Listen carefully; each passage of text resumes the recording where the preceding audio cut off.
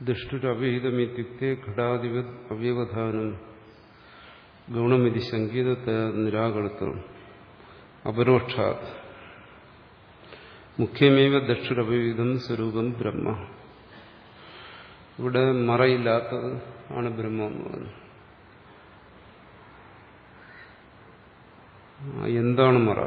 ആർക്കാണ് മറയില്ലാത്തത്? ദ്രഷ്ടാവിന്. ദ്രഷ്ടാവിന് ഒരു മറയും ഇല്ലാതെ അപരോക്ഷമായിരിക്കുന്നതാണ്.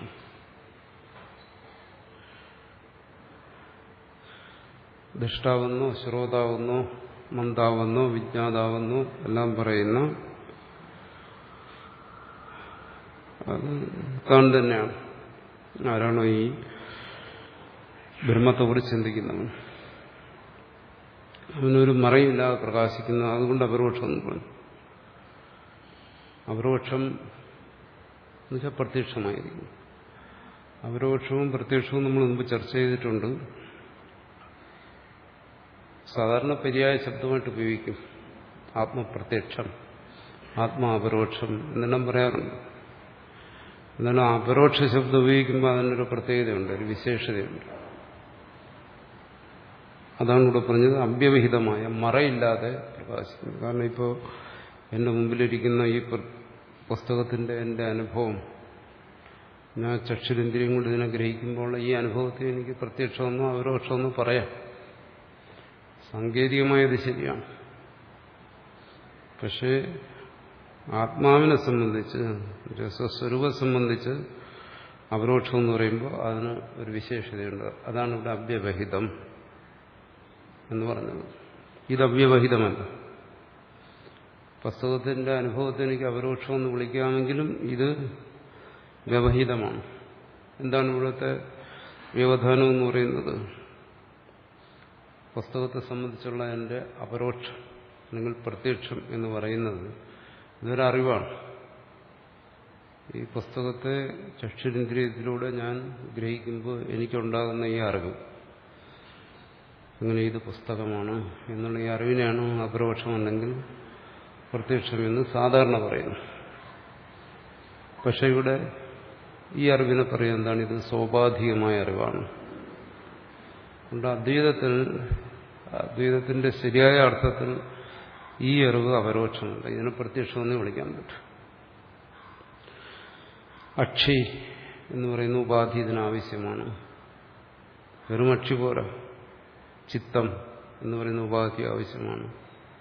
അതും പോരാ. വിഷയം, പുസ്തകം എന്ന് പറയുന്ന ഉപാധി ആവശ്യമാണ്. ഇതിനെല്ലാം ഉപരിയായിട്ട് അറിവും ആവശ്യമാണ്. അപ്പോൾ ഇവിടുത്തെ ഈ അറിവ്, ഇത് പുസ്തകമാണെന്ന് പറയുന്ന അറിവ്, അത് പറയും സോപാധികമായ അറിവ്. ഇവിടെ പല ഉപാധികളുണ്ട്. വിഷയം ഒരു ഉപാധിയാണ്, കാലദേശങ്ങൾ ഉപാധിയാണ്, കർണം ഒരു ഉപാധിയാണ്, ചിത്തം ഒരു ഉപാധിയാണ്, പല ഉപാധികളുണ്ട്. ഉപാധികളെല്ലാം കൂടിച്ചേർന്നുണ്ടായ ഒരു അറിവാണ്. അതുകൊണ്ട് ഇത് സ്വാഭാവികമായ അറിവാണ്.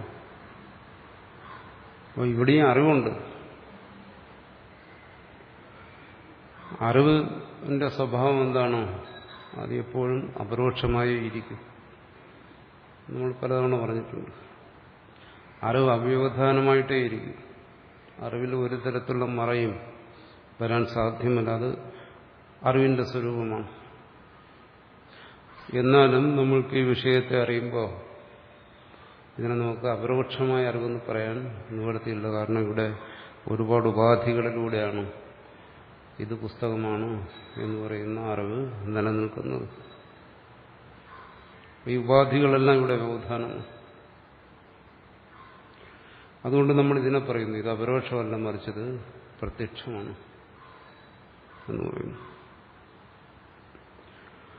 അപ്പോൾ അത് ഇനി ഭാഷ്യത്തിൽ പറയും. ഇന്ദ്രിയം വിഷയവുമായിട്ട് ബന്ധമുണ്ടാകുന്നു.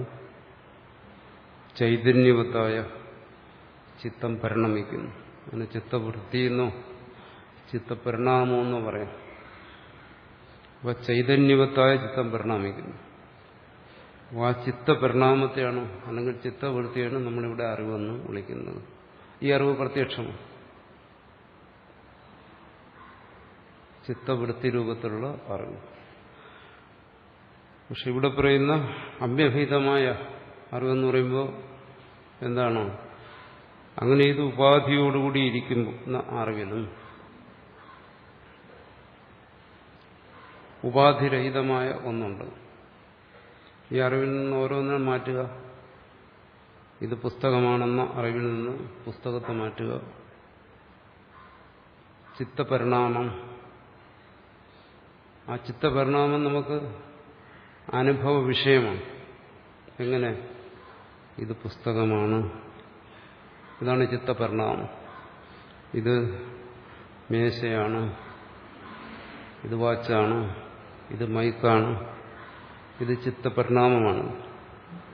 എന്നുവെച്ചാൽ ഇത് അറിവിന് വിഷയമാണ്. അതുകൊണ്ടാണ് നമ്മൾ പറയുന്നത് ഇത് പുസ്തകമാണ് എന്ന് പറയുന്നത്. അപ്പോൾ അറിവിലുള്ള ആ വിഷയഭാഗങ്ങളെല്ലാം മാറ്റുക, പുസ്തകത്തെ മാറ്റുക, കാണാനുപയോഗിച്ച കണ്ണിനെ മാറ്റുക. ഇനി അവിടെ വിഷയമായിരിക്കുന്ന ഇത് പുസ്തകമാണ് എന്നുള്ള വൃത്തി അല്ലെങ്കിൽ ആകാരം അല്ലെങ്കിൽ വടിവ്, അറിവിലുണ്ടായ ഒരു വിശേഷത, അറിവിലുണ്ടായ വികല്പം എന്ന് വേണമെങ്കിൽ പറയാം, അറിവിലുണ്ടായ വിക്ഷേപം എന്ന് വേണമെങ്കിൽ പറയാം, അതിനെയും മാറ്റുക. അതെല്ലാം മാറ്റിക്കഴിഞ്ഞാൽ പിന്നെ ശേഷിക്കുന്നതാണ് അറിവ്, സംവിത്ത്. ഇവിടെ പ്രത്യക്ഷമായ നമ്മുടെ ഈ അറിവ് മാറിക്കൊണ്ടേയിരിക്കുന്നു. വിഷയമായിരിക്കുന്ന ഈ അറിവ് മാറിക്കൊണ്ടേയിരിക്കുന്നു. അതിനാൽ സ്വാഭാവികമായ അറിവ് മാറിക്കൊണ്ടിരിക്കുന്നു. എങ്ങനെ? ഇത് പുസ്തകമാണ്, ഇത് മേശയാണ്, മാറുന്നില്ല. അതിങ്ങനെ മാറിക്കൊണ്ടിരിക്കുന്നു സ്വാഭാവികമായതുകൊണ്ട് തന്നെ. എന്താത് മാറാം കാരണം അത് ചിത്തപരിണാമമാണ്. ചിത്തപരിണാമത്തിൽ അറിവിന്റെ പ്രകാശമുണ്ടെന്നേ ഉള്ളൂ. എങ്ങനെയാണ് പല ജലാശയങ്ങളിൽ സൂര്യപ്രകാശത്തിന്റെ പ്രതിബിംബമുള്ളത്, അതുപോലെ ഈ ഓരോ ചിത്തപരിണാമങ്ങളിലും അറിവിന്റെ പ്രകാശമുണ്ട്. അതുകൊണ്ട് ഓരോന്നും വേറെ വേറെയാണ്. ഇത് പുസ്തകമാണെന്നുള്ള അറിവ് വേറെയാണ്, മേശയെന്നുള്ള അറിവ് വേറെയാണ്. അറിവിടെ പലതാണ്. പക്ഷേ അതിലുള്ള ഉപാധികളെ തള്ളിക്കളഞ്ഞാൽ പിന്നീട് ശേഷിക്കുന്നത് സംവിത്ത്, ഏകരൂപത്തിലുള്ള അറിവ്. ഉപാധികളെ വിട്ടുകഴിഞ്ഞാൽ പിന്നെ അതെന്താണോ? അത് അവ്യവഹിതമായ, വ്യവധാനമില്ലാത്തതായ അറിവാണ്. അതിന് അറിവെന്നുള്ള ഒറ്റ പേരിലേ നമുക്ക് വിളിക്കാൻ കഴിയും. ചിത്ത്, അറിവ്, സംവിത്ത്, ചൈതന്യം, ബോധം, ഈ പേരുകളിലെല്ലാം നമ്മൾ അതിനെ വിളിക്കുന്നു. അതാണ് അറിവിന്റെ അപരോക്ഷത, വ്യവധാനമില്ലാതിരിക്കുക എന്ന് പറയുന്നത്. ഇത് നമ്മൾ മനസ്സിലാക്കുന്നത് ഈ വിഷയങ്ങളെ സംബന്ധിച്ചുള്ള അറിവിനെ സംബന്ധിച്ച്. ഇത് ഇനി തന്നിലേക്ക് വന്നു കഴിഞ്ഞാലോ തന്നെ സംബന്ധിച്ചുള്ള അറിവ്. തന്നെ സംബന്ധിച്ചുള്ള അറിവെന്ന് പറയുന്നത് ഞാൻ എന്നുള്ള അറിവ്. ഇവിടെ എന്താണ് ഞാൻ? ഇത് വിഷയമാണ്. എന്നെ ഞാൻ അറിയുന്നുണ്ട്. ഞാനെന്ന് പറയുന്നത് അറിവിന് വിഷയമായിരിക്കുന്നു. എന്തുകൊണ്ട്? ഈ ഞാനെന്നുള്ള അറിവും ചിത്തപരിണാമമാണ്, മനസ്സിന്റെ ഒരു പരിണാമമാണ്. അതുകൊണ്ടാണ് അത് ഞാനെന്ന് പറയുന്ന ഒരു ആകാരം അല്ലെങ്കിൽ ഒരു വടിവ്, ഒരു വിക്ഷേപം, ഒരു വൃത്തിവിശേഷം അറിവിലുണ്ടായത്. അങ്ങനെ വരുമ്പോൾ അറിവ് വിഷയമാകും. എന്തുകൊണ്ട്? അവിടെ അറിവിന് വ്യവധാനം വന്നു, ചിത്തത്തിന്റെ വ്യവധാനം വന്നു, അല്ലെങ്കിൽ ചിത്തവൃത്തിയുടെ വ്യവധാനം വന്നു, ചിത്തത്തിന്റെ ഒരു ആകാരം വന്നു. ഇങ്ങനെ പല രീതിയിൽ പറയാം. അവിടെ വാസ്തവത്തിൽ അറിവ് അപരോക്ഷമാണെങ്കിലും ഇവിടെ അറിവിന് ഒരാകാരം, ഒരു രൂപം വന്നു. അതാണ് ഞാനെന്ന് പറയുന്നത്.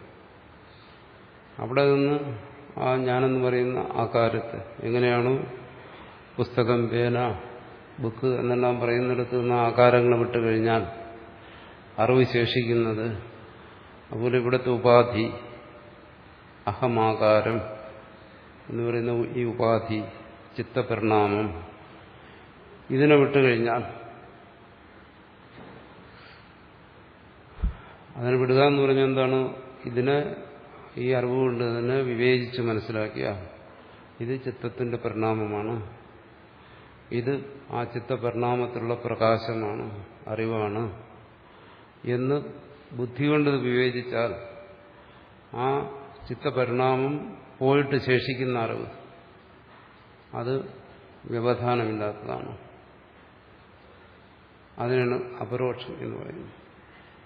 അതുകൊണ്ട് ആത്മാവിനെ സംബന്ധിച്ച് അല്ലെങ്കിൽ ബ്രഹ്മത്തെ സംബന്ധിച്ച് അപരോക്ഷം എന്ന് പറയുന്നതിന് കാരണം അത് അറിവായതുകൊണ്ടാണ്.